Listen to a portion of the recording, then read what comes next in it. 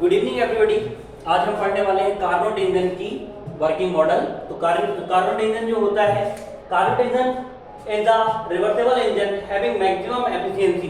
Carnot engine जो होता है वो एक रिवर्सेबल इंजन होता है, इसकी एफिशिएंसी जो होती है वो मैक्सिमम होती है and but it can not be relied in practice. ये इंजन जो होता है वो रिलाइड नहीं होता प्रैक्टिस में, बट ये क्या है, ये इसके प्रिंसिपल पे ही सारे इंजन बनाए गए हैं, but it is free from all defects as compared to the practice engine। जितने भी प्रैक्टिस इंजन में जो डिफेक्ट्स होते हैं उन सब से फ्री होता है कौन सा, हमारा कार्नोट इंजन। और कार्नोट इंजन की जो एफिशिएंसी होती है वो होती है मैक्सिमम।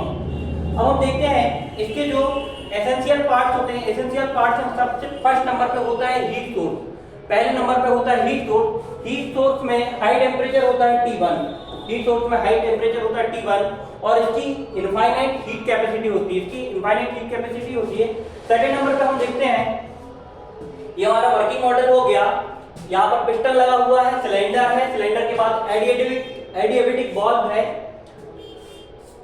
कंडक्टर हो गया, एनर्जी सोर्स हो गया इसमें T1, इधर टेम्परेचर हो गया, सिंक का टेम्परेचर हो गया T2, ये भी कंडक्टर है, ये भी कंडक्टर है। इसका क्या है, कंप्लीटली आइसोलेटेड प्लेटफॉर्म है ये, और इन सबको किस पे ऐड कर दिया गया है, इंसुलेटर पे, इंसुलेटर स्टैंड पे इनको वर्किंग करवाया जा रहा है। अब हम आगे बढ़ते हैं तो देखते हैं सिंक को।